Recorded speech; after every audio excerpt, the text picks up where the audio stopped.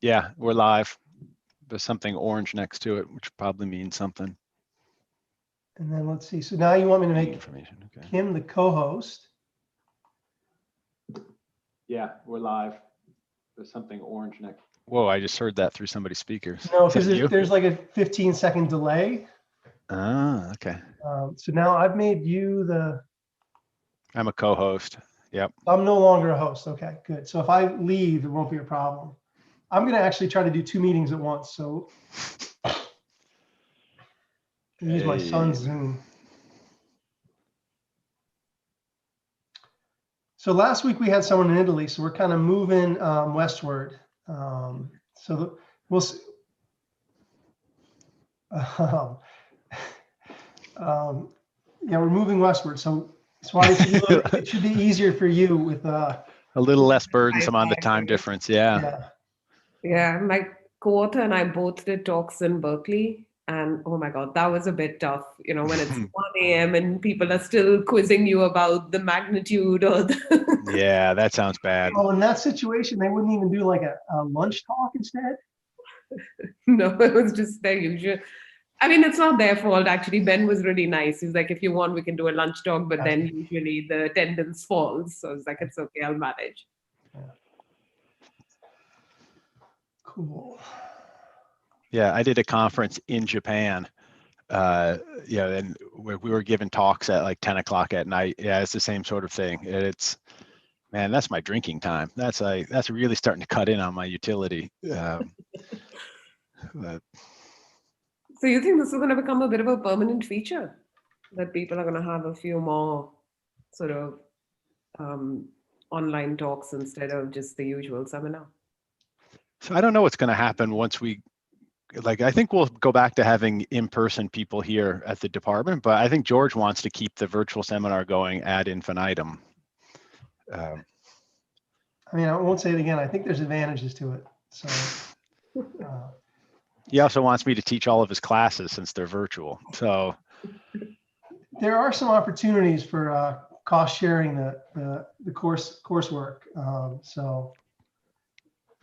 No one seemed to volunteer when I was teaching last semester, but. Tim, you told him you'd teach his if he'd teach yours, no? Yeah. It's I'm not sure how I won anything doing that, but I think I did agree to do that. Yeah. That's what Tim wants to do that too. Tim said I should come teach a class or when we do the joint seminar, the joint PhD workshop, and then he'll do one when on the other side. I guess probably good for the students to see somebody besides me.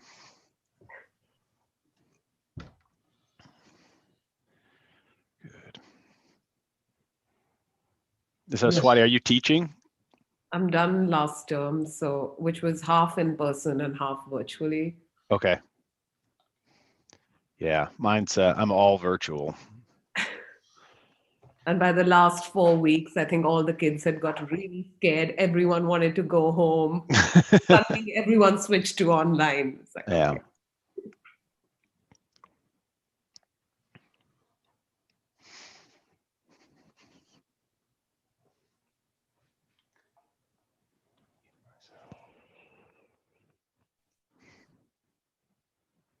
Then at least from reading the newspapers, it seems like the UK is doing a better job of rolling out vaccines than here in the US. Does that sound right? Are you, do you have a spot online yet? They still think it's way below the target that they wanted to achieve. So okay. It's not clear that they're actually doing that good a job. And then now there've been floods elsewhere outside of London. So that slowed things down. From what I hear from my parents, India seems to be really rolling them out. Oh, really? Wow. Okay, cool. Because they've got an in-house facility to make the vaccines. I see. Yeah, it's not clear. At least, well, the Wisconsin government is really dysfunctional, so it's not clear like if it's we don't have enough supply or we just can't vaccinate people. We just can't get our act together enough to vaccinate people. But it seems to be going very slowly here. Yeah. Okay, we'll get going in a minute or two. There's still people logging on. And then let's see, everyone. Oh, we have the NHS clap going on outside. So sorry, you're going to hear some of that. Okay. It's just started at 8. All right. It's a bit sad because I think there are like 2 people only. Oh, really? Yeah. I mean, everybody's energy has waned by now. I'm sure. Yeah, it's been a very long year. Okay, so I'm going to post a link to the slides in the chat for everybody. And then, yeah, we'll get started in 1 minute here. Sorry, I'm just turning back because the clock is behind me. So Sure. I'm not trying to be impatient.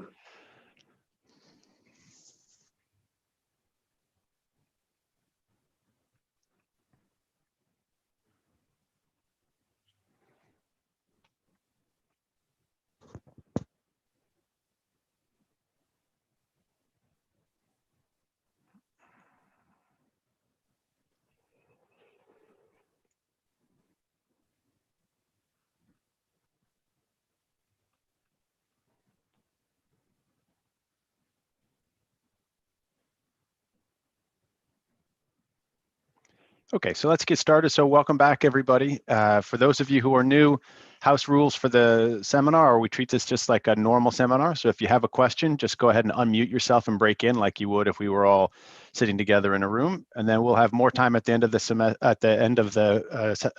seminar. We'll keep the stream open and we can ask more questions and make more comments. So, okay, without further ado, Swati, you have an hour. Great. Thanks so much, Kim. And really nice to see familiar faces again. So what I'm going to talk about today is wage stagnation and the Brexit exchange rate depreciation. There are enough Europeans in the audience, I know, that you'll know what Brexit means, and I'll talk about what specifically we'll talk about here. So just to remind you, even though I know you're trying to possibly forget, but there is this long-standing trend towards global disintegration that's going on, typified, of course, by Brexit, Trump, now possibly even COVID add to the mix. And what this is really what this paper is trying to do is to look at those moments in where deglobalization has set in to see what the impacts on workers is. So very, very quickly, what I'm going to show you is that, at least in the UK, what happened was that one of the key things from the Brexit referendum was that the unexpected result, that it's a leave vote, ended up creating sort of the biggest depreciation overnight fall in any of the major currencies in the world that happened, and it happened within sort of moments. And that's what we're going to use to be able to think about how that impacted workers. So just to give you a sense of why this is sort of, a lot of the literature in exchange rate depreciations has thought about large depreciations. This is basically the biggest one. And since it's happening in one of the 4 major currencies, what you end up also seeing is not just that the sterling depreciated, but there was a lot of sort of differences in terms of what happened to different currencies.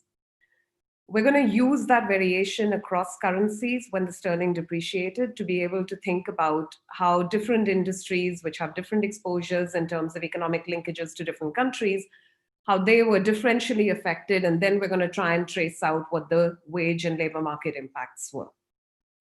So this is, in one slide, what I'm going to try to convince you happened, which is that, what is this picture showing you? So on the x-axis is the quarterly sort of time series from 2012 Q3 to 2018 Q2. This line, vertical line, is basically when the Brexit referendum happened, which is 2016, June 23.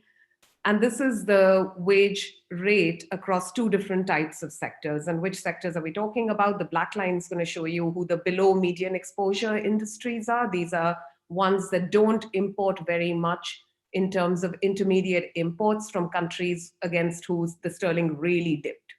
And then the gray line is the above median, the more exposed sectors. And originally they were sort of moving along together. These are the average that you can see around here, which is the average growth rates in these 2 sectors. And then afterwards, what you end up seeing is basically this fanning out. And these above median exposure industries ended up seeing a much bigger dip in real wage growth compared to the less exposed sectors. And just to sort of put those numbers in terms of what was happening, before they were growing at about 1%, both sectors. And by the end of it, what you end up seeing after this period is that the average growth rate for the above for the below median industries turns out to be minus 0.4, while the above are still growing, but at a more subdued rate of about 0.6%. So that's what I'm going to try and show you, that this in fact was driven by the exchange rate depreciation that happened in that period. So I'm going to start with what exactly transpired on that evening to show you what the exchange rate depreciation is, which is the shock we're going to use.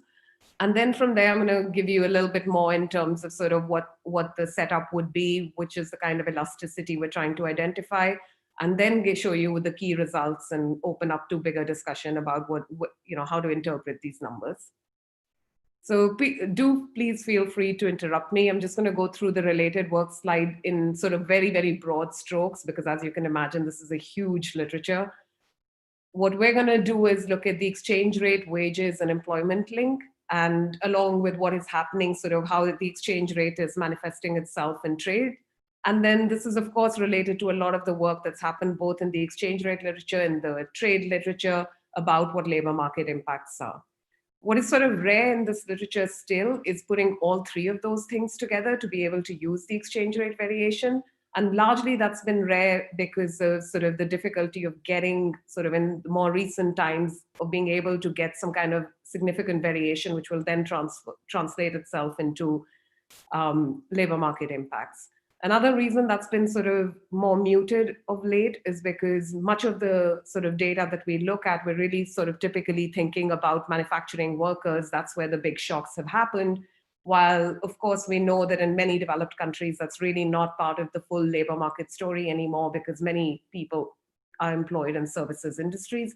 And that's what sort of is going to be different about the paper too, that we're going to be able to look at the entire sort of private sector economy of the UK.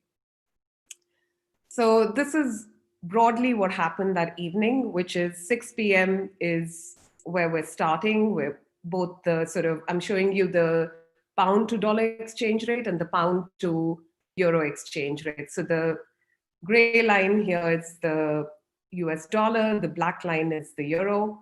And they were basically rising. That was at about 10 p.m. That was when polls closed, and about 10:15 p.m. is when the first news sort of comes out, the first exit polls. There was a YouGov poll which said that it looks like it's going to be 52% Remain. So the pound sort of goes up, and then the new result, the actual results of the referendum start coming around here, which is when Gibraltar is the first place in the UK to declare the vote, and I think everybody except one person in the island voted to remain. And then this is really what happens when the actual results start to come in. So what is this particular timeline that I'm showing you here? This is when the first sort of important leave vote came out, which is Sunderland announcing that 60% of the people in the Tyne and Wear area had voted to leave the European Union. So that's when everything changed in terms of the Brexit vote, whatever, in the sense of the bookmakers changed their odds, gold prices went up, US Treasury bond prices went up, all of this sort of started to happen.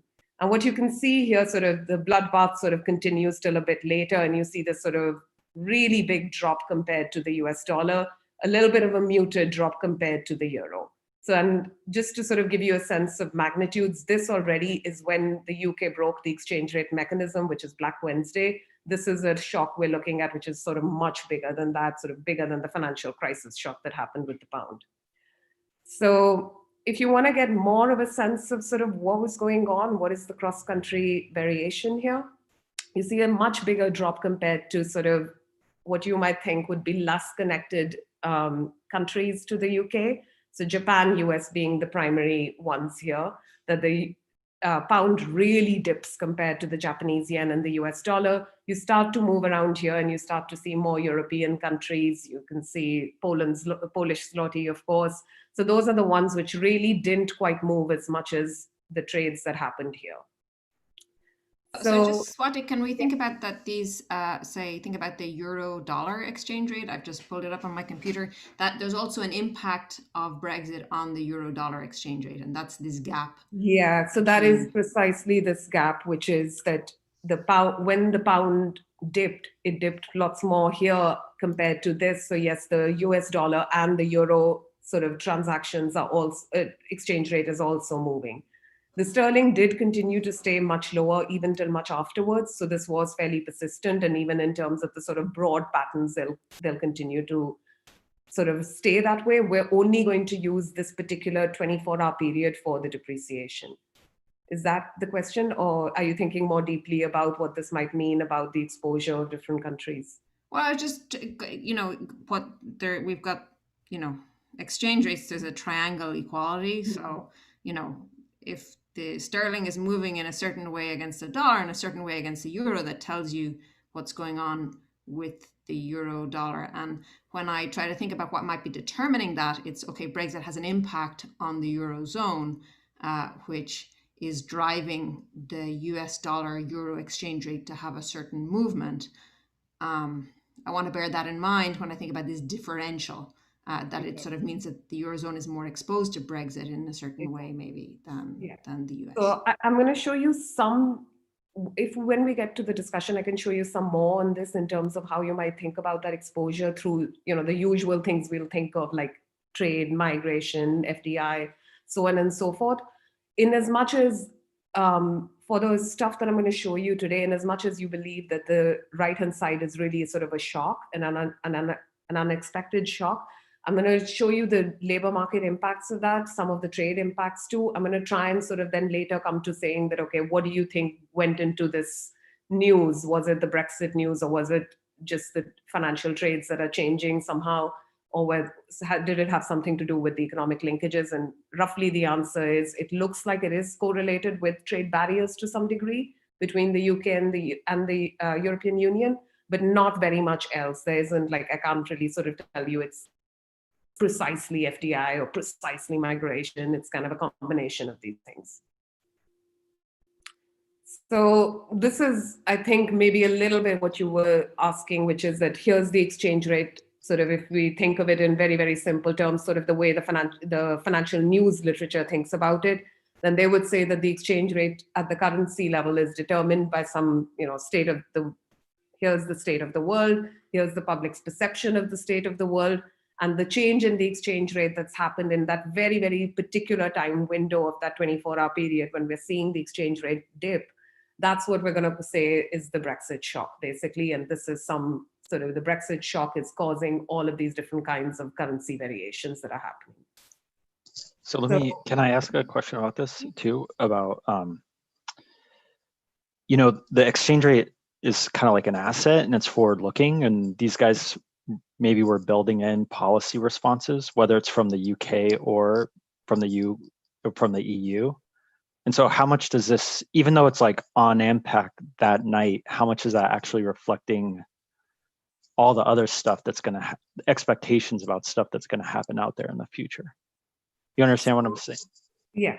So in as much as, I'm going to give you sort of two answers. One is, to some degree, it doesn't really matter, in the sense that as long as it's something which you think move trade prices, which is how we're going to trace out the effect of these things, then whether it's coming from trade barriers or from exchange rates per se, I don't really sort of care as much in terms of the sort of wage price elasticity that I'm looking for.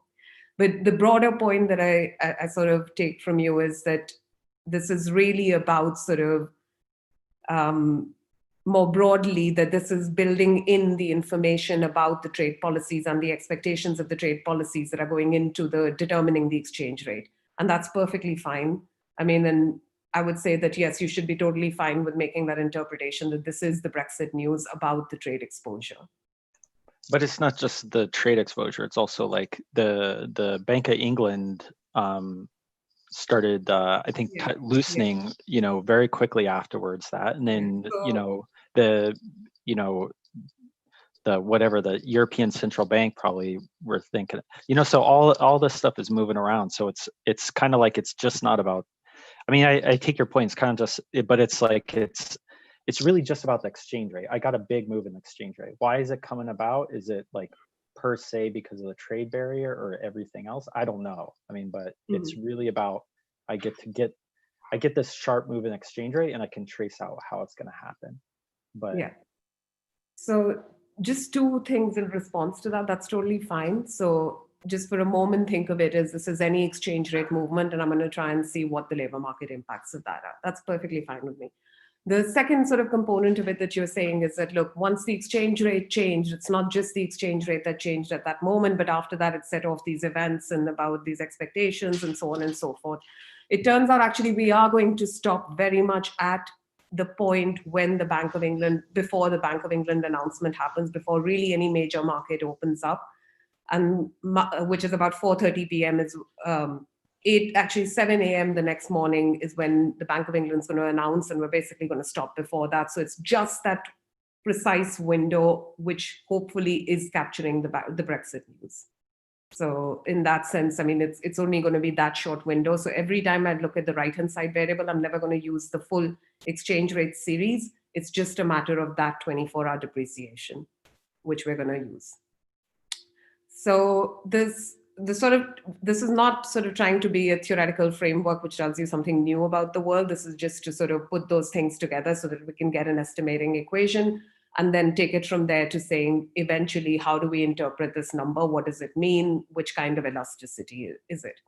So I'm going to make these basically three assumptions really, or rather three sort of equations that I'm going to give you. One is about what the exchange rate shock is. So this is that currency interacted with the Brexit news coming in.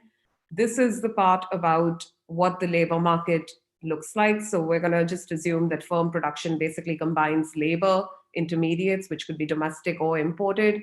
And just by simple sort of profit maximization, and then Hoteling's lemma is going to tell you that the labor demand by a particular industry, so that's the output producing industry, is going to depend on the wages that that industry pays, the price of intermediate imports that that industry buys, the domestic intermediates, the export prices that the industry faces, which could depend on all these different destinations that you sell to. And you could be buying from all of these different source countries and intermediate inputs. And this, of course, is the domestic price.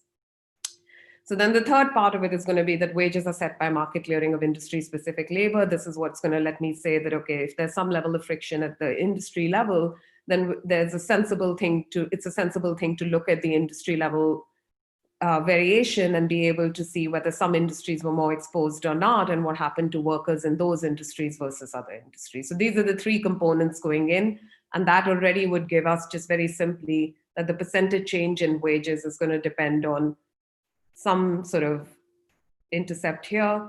This is the key elasticity that we would typically be interested in, which is when intermediate import prices rise by 1%, what happens to wages? How much do wages change?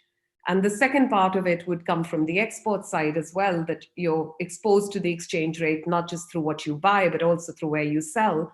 And that's going to tell you if my export prices, in fact, I basically ended up seeing higher sterling prices or something, or higher demand for my exports, that's going to show up in this theta XW. So depending on how you sort of parameterize the model, if you wanted to write down a full-fledged model, this theta MW is basically what we're going to be able to identify. And what I'm going to sort of show you is that this is the number that we're going to find turns out to be that if the intermediate import prices went up, the wages actually went down in the country, which was the sort of second slide that I showed you about the two graphs. And this can be interpreted if you write a profit maximization down, this is the Hotelling cross price elasticity. If you write a cost minimization problem down, that's going to be the Allen cross price elasticity. And if you went with the really even more stringent assumption and say it's a zero profit condition that binds on these industries, then this is basically going to be the intermediate import to labor share. And we're going to sort of just go to the data and see what that number would look like. I have some idea of which kind of elasticity we're identifying now, but I don't have sort of new results to show you quite yet on that. Okay, so this is what we're going to do. We're going to look at the change in wages in a particular output industry. I know this is not a very good example, but I'm just going to use it right now because the car industry is easier to think about. So these are what what people employed in the car sector are getting. This is saying what is the car sector buying of different car components from different countries? What's the intermediate import price index of that? This is saying what's the export price index of cars that are sold by the UK. And the second sort of part of it would be how these prices themselves respond to the exchange rate. And that's going to depend on, of course, this number, which is telling you just what the intermediate import price pass-through is from exchange rates to the prices of intermediate imports.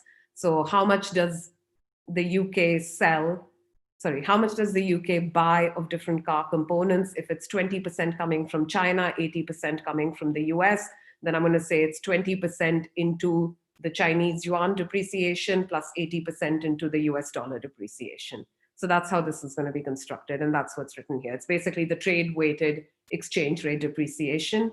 And this here, similarly, is the export weighted exchange rate depreciation. That's the export price index.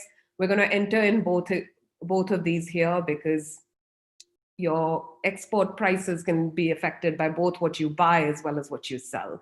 In principle, you can put the export price and export exchange rate here, but we're not doing that because it's a bit awkward for the theory, but it doesn't really matter for anything that I'm going to sort of show you in terms of empirical results. So that's what's going to give us the reduced form for the wages, that the wages in the car industry are going to be affected by both what the car industry's exposure in terms of its source countries is, as well as in terms of its destination countries. So just a bit more boring stuff for notation's sake. So what do we really do? On notation, just to make sure I'm not getting mixed up. Whenever you say W, you mean a real wage, not the wage in pounds? Actually, we're going to put nominal wages on the left-hand side, but everything is going to have an quarter time fixed effect on the right-hand side. So in principle, what you're seeing are the real wage effects. The chart I showed you earlier was in fact real wages, not just nominal wages. Yeah, I saw that, right. But in these expressions, you're sort of, I should think of it more like not everything is measured in pounds. Yeah. Okay. It's going to be in logs. So, I mean, yeah. Okay. I'm with you. Yes, nominal wages. And then as long as you think that people in the car industry consume similar sort of basket as people in the financial services industry or the legal services industry, then the quarter time fixed effect, the time fixed effect is essentially netting out the price index moving, the consumer price index moving. So Swati, I'm sorry to interrupt also, but I'm missing where all the domestic prices went. So in principle, you could have the domestic prices in here. In as much as the domestic prices are not going to be affected by what you buy from home is sort of denominated still in pounds, it's not going to show up in the exchange rate sort of changes. The changes induced by the exchange rate. But in principle, sorry, yeah, go ahead. I'll let you finish. Sorry. No, go ahead. It's fine. So I guess this is all because you're just thinking about this super narrow window. I'm thinking about changes in demand, changing prices. This is like, I mean, you were exporting a bunch of this stuff and I'm going to sell it all domestically. That's not going to affect the domestic prices? Or is this something? That's going to affect the aggregate price index, definitely. That's going to go into my time fixed effect, so which is why it's not showing up here. But if you thought that there was a time period here, that's essentially going in here. Now, if you wanted to get even fancier and try and sort of trace out the second order effects, in principle, that could be done. We haven't done it yet in that sense. So I'm not sort of taking out the feedback effects going further in there. Okay. Largely for the reason that the data we're going to use is going to come from a supply use table and from actually observing what firms buy and sell directly. So I haven't really done that, but in principle, we could, I mean, I take your point that could be done because this is not capturing then the entire effect. We're going to just identify the micro elasticity. We're not aggregating back.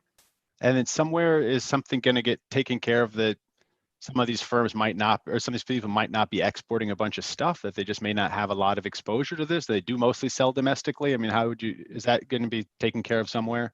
Yeah, so we have one definite industry like residential care, which just does not export anything. Yeah. And we have a separate non-exporter dummy put in everywhere for that. It turns out actually none of the export side kicks in during this time period. We have some ideas about why that might be, and we have more strong results that in fact the intermediate import price increase actually subdues the export shifts. So in principle, that's going on, but we're not even going to see anything really kick in on the export side. So I sort of see what you're asking, but it doesn't turn out to be relevant. Okay, thank you. So Swati, hi, this is Daniel. I have a related question actually. When you talk about services, Kim was asking about exports. I was more thinking about how do you account for the capital movement, international capital movement when you have these big exchange rate swings, in particular for like real estate or financial services. Could be a measure that's thinking about how those things actually impact those industries rather than just direct physical exports and imports? So, I mean, there are two cuts we've done to deal with that. So one is about, let me, I mean, I don't know, I can fully answer your question, but I'll tell you two things that we have done that I don't think are confounding the issues that we highlight here. So one is the UK services trade data, it's not just, it's all services trade in the sense of they do record in their intra-firm transactions. They also record in their headquarter services, intellectual property moving across borders, so on and so forth. So in principle, that's in there. Now, there's a bigger issue there about that, okay, you might think that actually some kind of FDI exposure is also driving some of these patterns. We've tried to put in that, just like we're controlling on the right-hand side for these sorts of things, like what happened with the exchange rates, we can also try to control for exposure based on FDI, stuff like that. And that doesn't seem, that is kicking in to some degree, but it's not actually confounding the stuff I'm going to show you. So that we've taken care of, but let me know if you think you have other sort of things that I may not be thinking about, which in case I haven't interpreted it correctly. Okay, yeah, I got it. I think that's pretty much I had on mine. Okay.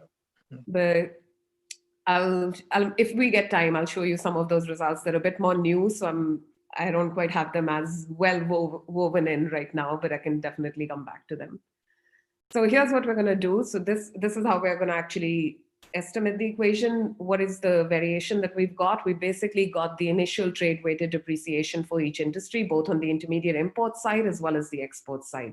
From there, we want to trace out, and this is one thing we're going to be able to do. We're going to use price indices to talk about what happened to trade prices, both on the export side as well as on the import side. Mainly, we're looking at prices, unlike a bit of, this is a little bit sort of different from the trade literature for the reason that typically in trade, we would think of trade values as being the left-hand side measure when we think of, say, exchange rates or something on the right-hand side. In terms of services, it's much more intuitive, and generally there's a literature within the US saying that it's much better measured in terms of prices rather than in terms of just pure values and quantities. So that's why prices done, and this is something which is actually available to us. So we're going to use prices on the left-hand side. And you're going to see that, in fact, prices in this, it turns out that prices do tend to be more sensitive and those will move. The quantities tend to be a bit stickier than that. And then from there, I'm going to try to show you that, okay, can we go from there to saying something about worker outcomes? You could have gone directly from depreciation to worker outcomes as well. But I'm going to show that, in fact, it looks like that the channel through which the depreciation is manifesting itself is through these intermediate imports. So this is going to be what we're going to be interested in, which is when the depreciation happened, a 1% increase in your industry specific depreciation, how much did that shift your intermediate import prices? You can do the same kind of thing for the export side too. It turns out this particular number in our case is very, very small. It's almost zero. And therefore, we're not going to find a first stage for the exports. And the elasticity we're going to be able to identify is going from this beta the intermediate import side to the labor market side. So that's going to be the labor market side, which is saying here's the UK worker J employed in the car industry O in quarter Q at time T. This is that 24-hour depreciation for the car industry in terms of its intermediate imports. That's the post-Brexit dummy. So we're only going to see, that particular time window and what happened before and after the Brexit referendum. And these are, of course, the appreciation and then any other controls you might want to add. We're going to put in some kind of compositional controls, gender, so on and so forth. And you can sort of look at that. So this is the ultimate relation we're going to be interested in, which is the structural wage equation, which is the 1% increase in intermediate import price index. What happens to the wages? So let me talk a little bit about the data. So we've ended up using a really different sort of many different kinds of data sets. So the main Industry level data comes from sort of the worker side, comes from the quarterly labor force survey. For all those in the US, this is basically the CPS of the UK. In terms of sort of where the trade data comes from, the UK actually does collect trade statistics, which are a bit sort of, I think, really high quality in terms of both in terms of services, where they go and they interview firms and ask them about their services trade. And that's how we're going to construct these export trade shares, that how much does a firm sell of a particular, of its output to different destinations, which could be services trade, which is coming from this ITIS, this International Trade and Services Survey.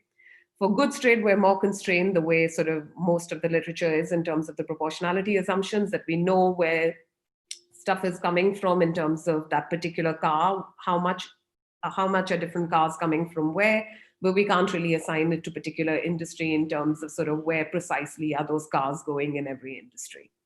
Swati, I'm kind of losing the thread here, because I thought you were just telling us that it's only the import prices that mattered for the wages. So I was thinking you wouldn't tell us anything more about exports since. Sorry. No, that's my fault. I should have said that. We've kept it very symmetric. It just turns out to be the case that the export side doesn't move at all. Okay, so I can, when you're explaining the exports, I can think, okay, I won't raise any issues there because it doesn't matter anyway, but the imports is kind of the key thing you're finding, right? Yeah. So it's going to be the intermediate imports. So just think car components coming into the car industry, that side is kicking in. Car exports to the rest of the world is not going to move very much in response to this exchange rate depreciating. Can you kind of tell your story with this extreme example of like, okay, so you have cars and then you have, and they're importing a lot, and then you have some other industry like, well, I just purchased a mortar and pestle that was made in the UK, and I don't think they imported anything. So what is your story of what would happen to the wages of the guy making mortar and pestles, where he's just using some granite locally, versus the guy making the cars, where suddenly the price of the car components went up, I guess, in pound terms? So there are two reasons why we're not or rather why that's not what I've been emphasizing till now. So the part that I've been emphasizing is saying, where are the car components coming from, China or the US, given conditional on you doing getting some car components from abroad. Now your part is that, look, there are certain industries which don't buy anything from abroad. And why not even take that share into account, which is how much is my share of intermediate imports versus, say, labor, which is technically what would also possibly go into this equation. Now, if you thought that shares don't move very much, actually that would be the right formulation. And what you would want to do would be to use the currency depreciation, the cross-country depreciation, together with then also maybe saying that, okay, these can, how much that depreciation matters really depends on how much you import of the different intermediates. So you would have then the second variable on the right-hand side, which says, here's the share of how much I buy from abroad into that depreciation that happened. So it turns out actually there isn't that much heterogeneity on that front that we see in the data. So which is why I'm not emphasizing that the share of intermediates versus share of workers is not this part which really kicks in. Most of the action is happening from the within sort of imports, what your country structure, where you're buying your stuff from looks like. So that's why I'm emphasizing that, but in principle, we could do the other stuff as well. But an extreme example would then be importing parts from Poland versus importing parts from the US, where you have a big differential. So I should mention that quite sort of plainly, which is that a lot of the variation will be driven by which are the industries which are exposed more to the US, which are the industries which are more exposed to the euro. Okay. Where a lot of your trade is with the European countries versus the US. So the most notable one that's going to come into play is financial services, where you see a much bigger decline, a much bigger sort of real wage growth hit. And that's because a lot of their trade, 43% of their trade is with the US. But sorry, Swati, this goes back to my original question on the movement in the euro-dollar exchange rate. So, that movement is a whole lot smaller than this sterling depreciation. It's like, what is it, like a 2% depreciation of of the euro against the dollar associated with this Brexit event. So these are going to be much smaller. These variations are going to be sort of across different trading partners are going to be much smaller than the variation, which is, do I get my inputs from the UK versus do I get my inputs from abroad? So I'm kind of surprised that you say that the sort of the cross sourcing, foreign sourcing is the big thing. So the key thing is going to be that, yes, the US dollar versus euro matters. We're only using that 24-hour exchange rate variation. And the key point there is that, yes, that could be picking up this exposure. So it is the case that, the euro is declining less and the US dollar is declining. The pound is declining more with that. That is going to show up. If you think that that's really only purely driven by what the initial trade exposure or the trade barrier exposure of these different countries is, then in that sense, what we're picking up is in principle the trade Brexit effect. So that would change the interpretation of what you're thinking of this shock to be, whether you're thinking of it to be really the Brexit shock, that this is how much your economic linkages are going to get damaged, and this is why the pound is depreciating in the first place, that the value of holding a UK asset has declined. So, so that's up to you. That's up for interpretation. I'm going to show you some cuts on that, which is what I was mentioning earlier, that how much that exposure can be captured by different kinds of economic linkages. We can kind of do cuts on that and show you where that's kicking. It turns out the key thing that kicks in is really export trade barriers that the UK is going to face. Is really about the only one that kicks in. But again, it's not like that's the entire story. It's not big R squares that we're talking about there. Does that make it maybe a bit better? No. So let me move on then. I'm going to show you there are going to be a lot of pictures and a lot of tables because my co-authors happen to be labor economists. So just a lot of different kinds of charts that you'll see. And here's the first one. What is this showing you? This is just to give you a broad idea of what's happening with the data. So this is the top 4 industries in terms of their exposure to intermediate imports. These are import shares of the top 3 partner countries that we've got on the right-hand side. So this is basically saying if you're thinking of 66, the industry code, then that's security and commodity contracts, very specific types of financial services that are going in there. And that's mostly trade with the US. So this is the sense in which I was saying that, yes, US versus Euro exposure is going to be where this action is, the top industries. And this is going to be much more dominated by these kind of European-ish, whatever, Euro nation, European nations. And that's going to be all these kinds of products which you're more likely to buy from European countries.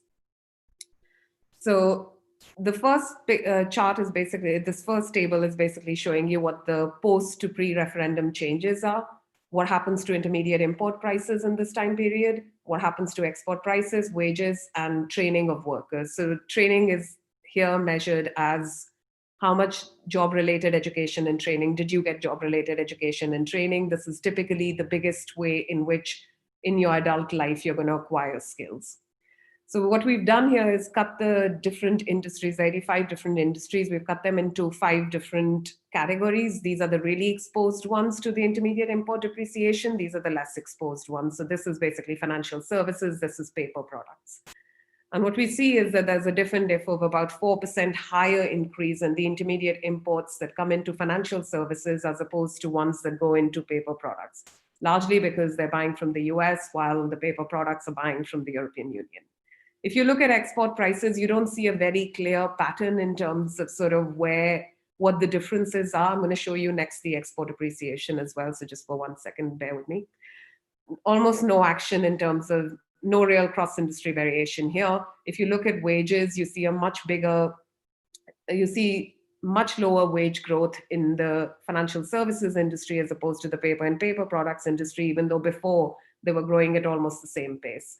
And if you look at training, this number looks small, but of course it's not small in terms of how many people actually do receive training. That's about 14, 15% in the US as well as the UK, I believe. So this is exports weighted appreciation. So the same stuff I showed you earlier, which is what is happening across different industries in terms of sort of post versus pre-referendum. And more exposed industries versus less exposed industries. This is doing the same cut, but now with the export appreciation defining these different categories. And there we see not much action on any of these fronts here. And this is actually going to be the next thing I'm going to show you in terms of sort of just broadly what the pattern looks like. So this is how much of a depreciation shock you got. So this is saying if your paper products, that was the exchange rate depreciation you saw, 6%. If you were financial services, it's about 8%. And this is sloping upwards. That's the intermediate import prices, the change in them. So if you were financial services, you saw much bigger increases in your intermediate imports compared to, say, something like paper products. While if you're looking here, these are the exports, and that's relatively flat.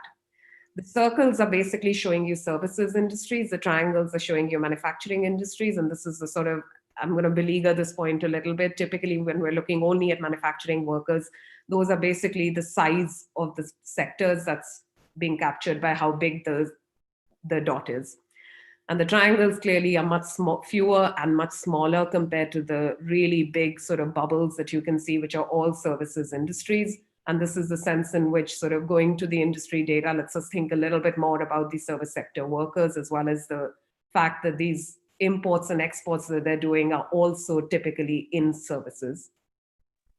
Sorry, Swati, this is a clarifying question. I'm just trying, the service is really interesting. I'm trying to clarify when you say intermediate import for the financial services, what is an example? I'm just try to understand, you know, No, that's a perfectly fair question. We've asked ourselves that question several times, that what does it even mean to have an intermediate import in financial services? If you actually start looking at firm responses, these would be things like they do legal contracts in the in the US. So they're going to pay for legal services. They're buying financial databases from the US as well. And that's stuff that's going to show up in these records as well. So we've accumulated all of those different things that they could be doing, that different categories of them, but broadly that should be what you should keep in your mind. This is things like databases coming in from the UK, from the US to the UK. So this is, yeah. So, but just to maybe this question is a little bit ahead of itself, but then there seems like these are kind of outsourced tasks. So compared with like a standard manufacturing technology, you know, does that call upon to say, you know, maybe the substitutional complementarity patterns will be actually systematically different when we think about these so-called intermediates, you know, across these different industries? No, you're perfectly right in saying that. I mean, in principle, this could be offshoring. I mean, you could call this broad offshoring instead of intermediate imports. I don't quite know how to distinguish that. From our point of view, the way that's being done is to say you're an output making industry. There's stuff that you're inputting. Now, whether that's stuff that you're inputting by offshoring or by services trade, this is typically meant to capture services trade, which means modes other than commercial presence. Is that maybe what you're getting at? Or did I? Yeah, roughly. You know, we can talk a bit more later, but you know, we can wait for results. Yeah. So then what I'm showing you next is the change in hourly wages. And this is the same thing, which is, you know, here's paper products, here's financial services, much bigger drop in financial services industry wages compared to what happened in, say, paper products. You can do the same thing with training, a little bit more muted, but basically the same kind of pattern. So instead of showing you pictures, now I'm actually going to start moving to the numbers. And this is the one I want to start with. So sorry, Swati, yeah. Sorry to pull you up. Can you go back to the picture again? Sorry. Yeah. So there, I don't know, it's like how much variation is there in these changes in wages across these different industries? And then you have, I mean, we talked a bit about this, but you haven't shown us how these wage changes might be related to the sort of import share compared to the domestic share. I will total imports. I will show you that, which is you know, how much is the share of intermediate imports divided by share of workers in the IO matrix. So I'm going to put that in. Turns out that doesn't really kick in, which is why I'm not emphasizing the heterogeneity there. What does kick in is precisely this sort of first part, which is the currency variation. So in terms of sort of how different are the weight changes, I actually can't remember the top to bottom, but the quintiles should give you some sense of that, which is that here's what we're seeing. It's about a 2% difference, and that's really coming from the growth rates. If you want the broad magnitude, which I shouldn't keep going back and forth on slides, let me just move on. But I will say it in words, which is that earlier both types of sectors were growing at about 1% per annum. After the referendum happens, the financial services in type industry is going to grow at minus 0.4, and the others are growing at about 0.6%. Those are the broad macro numbers, like above median, below median. I wish I don't remember the precise range across the different industries. And but that's not, and that you said that's not related to, let's say, the either the sort of how intensive these sectors are in imported or in their export shares. What share of output is exported? Yeah, so I'm going to show you those later, but no, they don't turn out to vary in any kind of systematic way with the different shares across how much export exposure do you have, how much import exposure do you have. Sorry, a quick question related to that. Mm-hmm. Are you looking at direct imports only, or are you also taking into account like indirect imports through like domestic purchases? I think this goes back to so this Kim's was my point. answer to Kim, which is no, we're not looking at the indirects. Okay.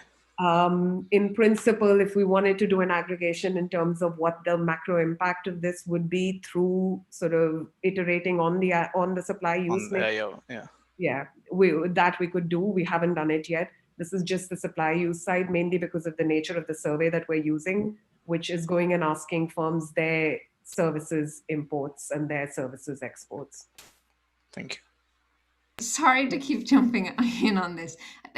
What I've had in the back of my head is this paper that I saw by Beata Jaworczyk, where there, she's looking at these job advertisements, and there it seems that the sort of the export exposure is a big deal in differential responses across sectors. So that's the thing that's kind of bothering me, is that you're saying that doesn't seem to matter for these wage changes.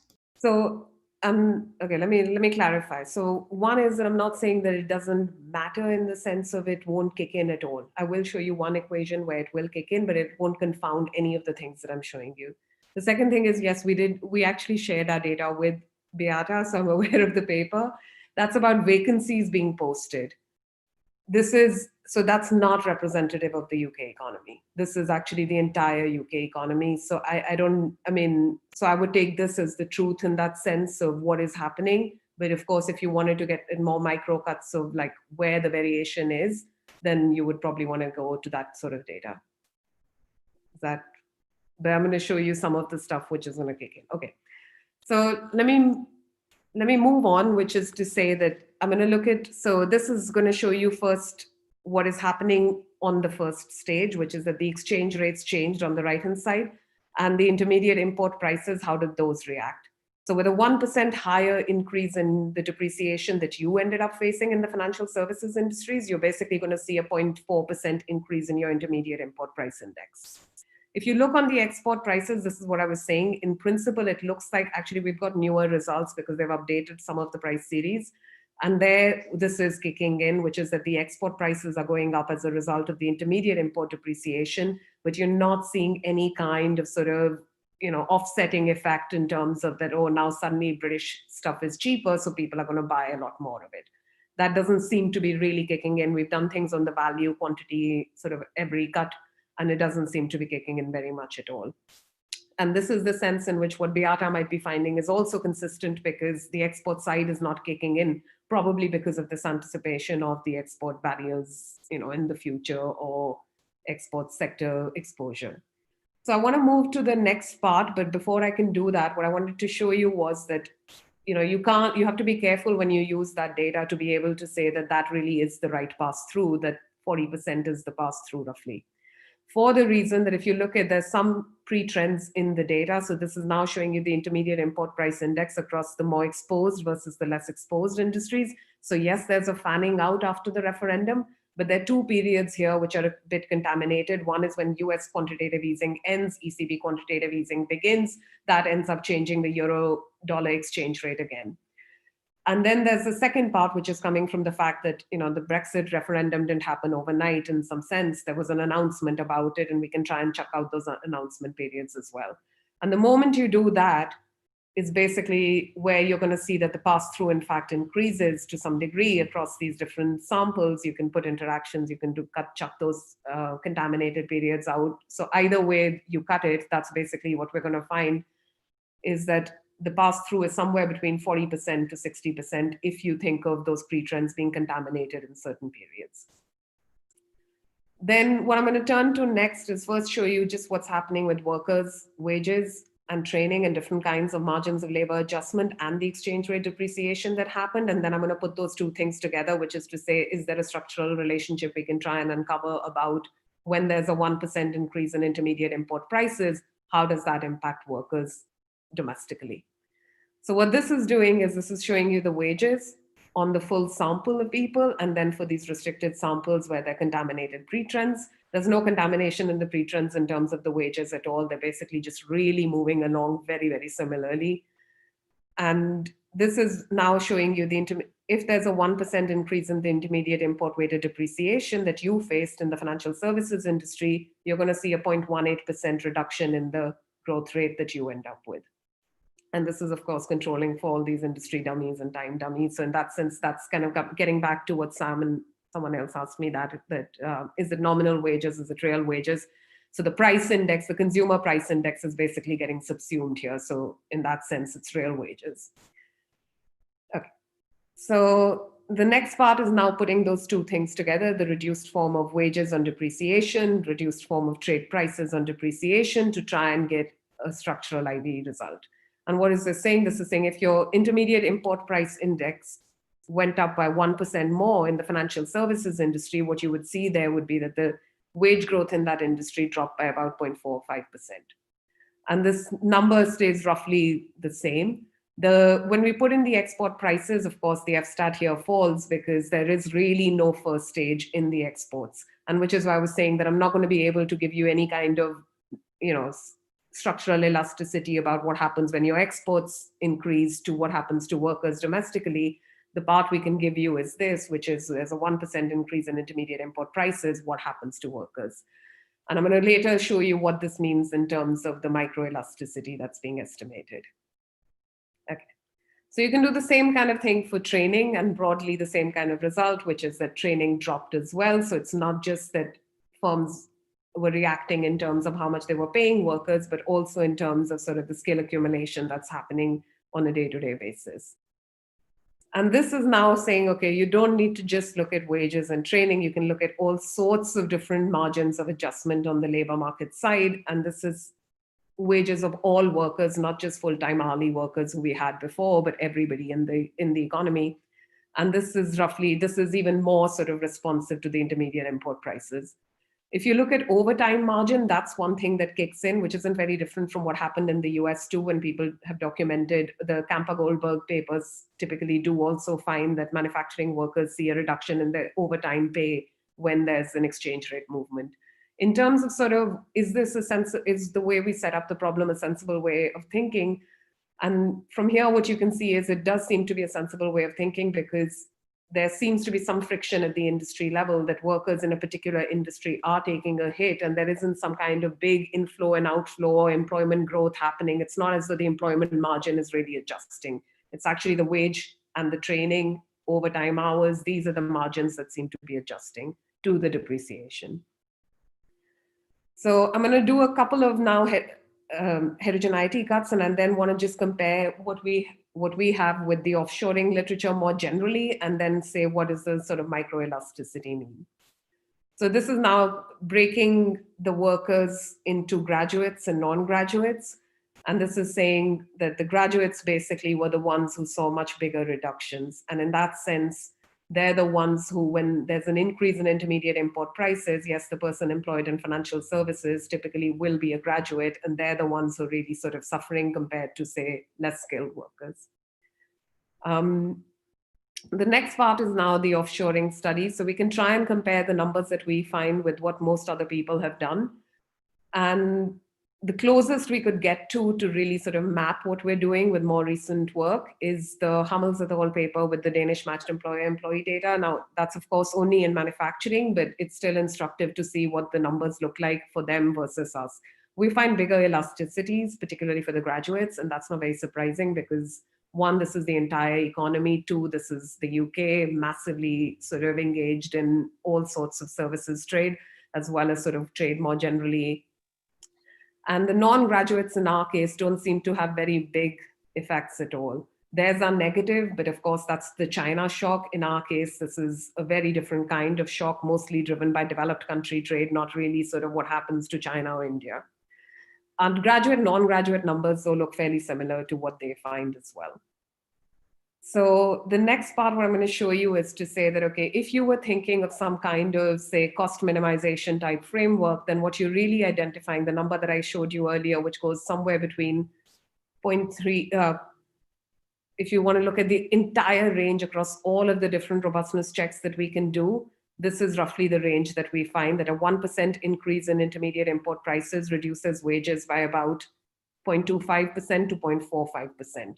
So that's the number we can see. And from there, we can try and back out by now sort of, really sort of specifying what these different shares are across workers and intermediate imports and so on and so forth. If you really parameterize this properly with the data, then what you would find would be that the Allen-Ozawa elasticity of substitution, the kind of deep parameter of elasticity of substitution between workers and intermediate imports, is going to be always negative. And negative here means that workers and intermediate imports are actually complementary in this case. Now, of course, that doesn't mean that they're always complementary. This is the UK. This is, we've got the skilled workers in here as well. So let me pause here in terms of I'm going to talk very, very quickly through what other things could be happening. Some of those questions have already come, and then depending on what time allows, I can sort of stop there and we can move it over to the questions and so on. So if Kim, that's okay. Yeah. Okay, so some of these questions came up earlier, and Dorian, I'm going to come back to the one that you were asking first, because I think that's that came up a couple of times. So one is, this is the slide for Dorian. So one is, okay, what's the currency share picking? What's the currency picking up the depreciation itself? Turns out doesn't really seem to be very correlated with UK's trade shares, FDI shares, migration shares. Does turn out to be somewhat correlated with the trade barriers that would kick in if the UK were to have a really soft Brexit or a hard Brexit. And I'm going to show you that if I get time. In terms of what happens to if you put in the shares in total intermediates, or say the share of intermediate imports versus labor, those do kick in to some degree, but most of the estimates that we are showing you don't really move.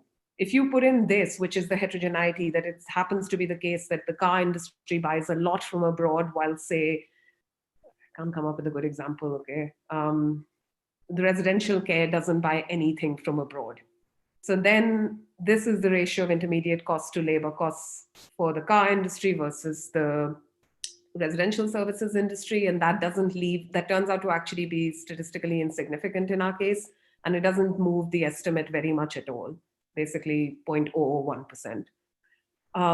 In terms of how we think about trade barriers, this is a bit hard to do because typically we only have really good trade and goods tariffs. We don't really typically have good non-tariff barrier data.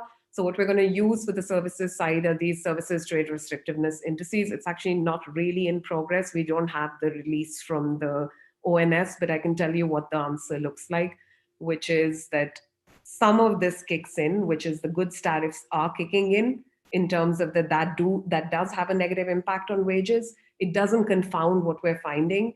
So you can put those things in and everything I'm telling you is still going to have very much even the same magnitude. So that's the sense in which, yes, those trade barriers are kicking in, but not in any kind of way that is a confounding factor. I'll show you another slide later. It's towards the end of after my talk. Okay, so then the other one that I think Mike was talking about a little bit, which is, it's not just sort of that the referendum happened and the only thing that changed was the exchange rate, people's expectations changed, so on and so forth. It turns out actually much of the uncertainty that people talk about with the Brexit stuff kicks in a lot later. That's what Nick Bloom and all find as well with the Bank of England survey. And we have a similar kind of survey that we can look at, which is from the Confederation of British Industry. I believe there is no such equivalent in the US, but if you wanted to give it a fancy name, I mean, it's like the Chamber of Commerce or some kind of loose association of all industries in the UK. And this is what you see. So this is them saying, are you less optimistic than 3 months ago? So the nice thing about the CBI survey is that it goes back a really long time. They've been consistently asking firms these questions. And we can cut the data based on who was more exposed, who was less exposed.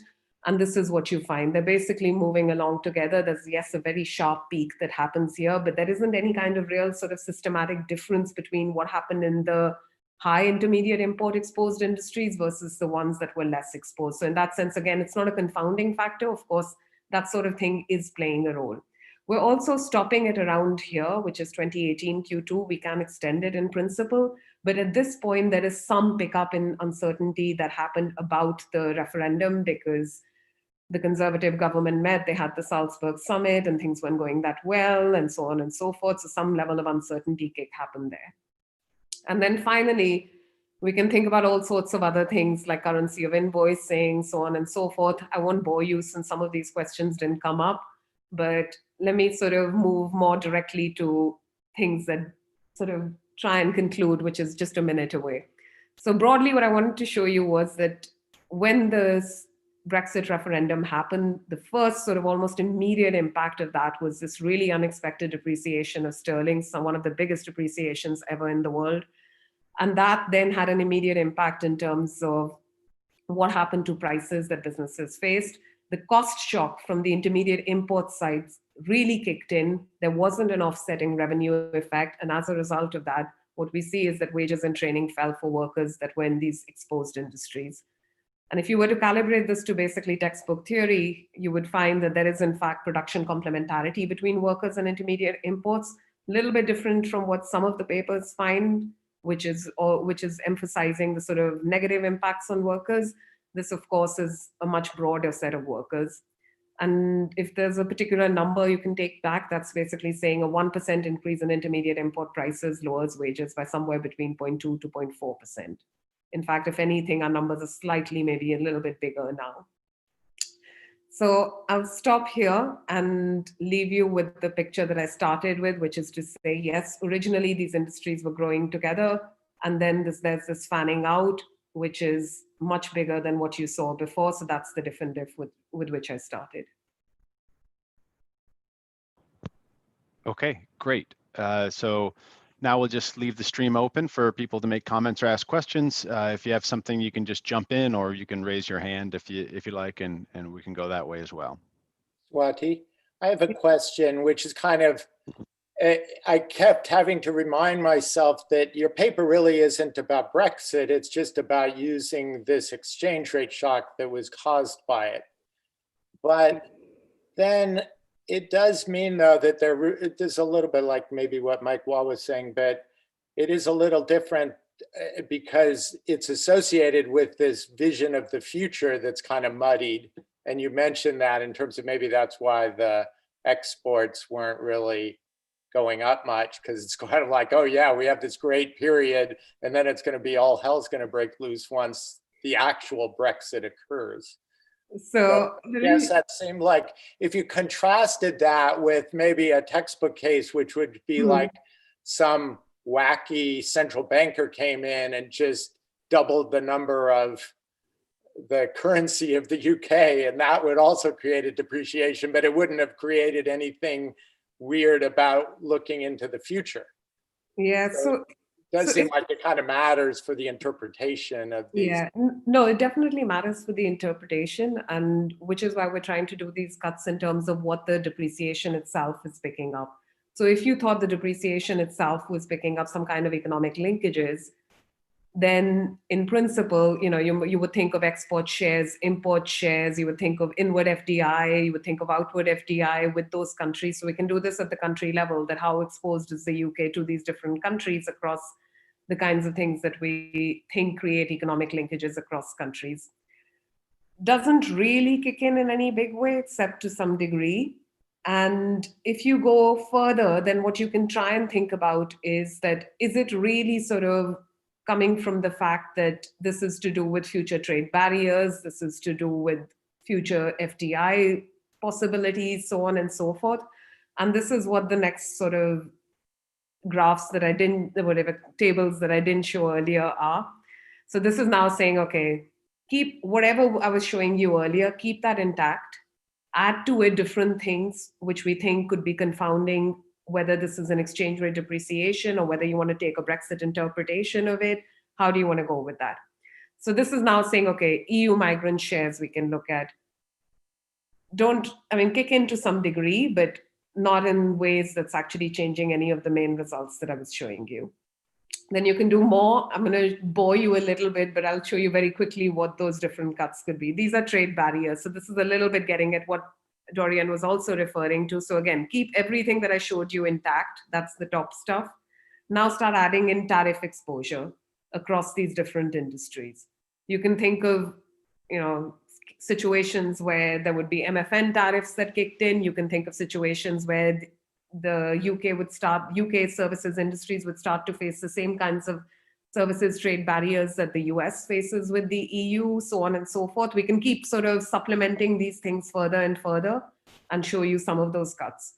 Broadly, the conclusion I want you to take away is that those things, some of them will matter, but they're not changing this number at all very much. So I'm not trying to rule out that none of those cases are kicking in. In fact, I think the goods tariffs are kicking in, and this is the sort of result that earlier Dorian was referring to, that maybe the export side is kicking in because they expect to see trade barrier increases.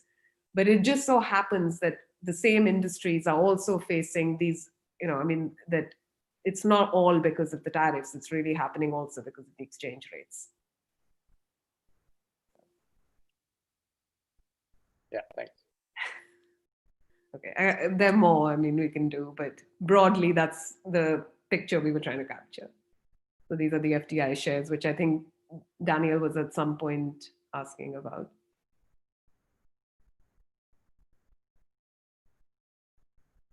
I got to run in 3 minutes, but I'm still sort of confused as to how I would interpret that it matters more what is the composition of my imported intermediates than the amount of my imported intermediates.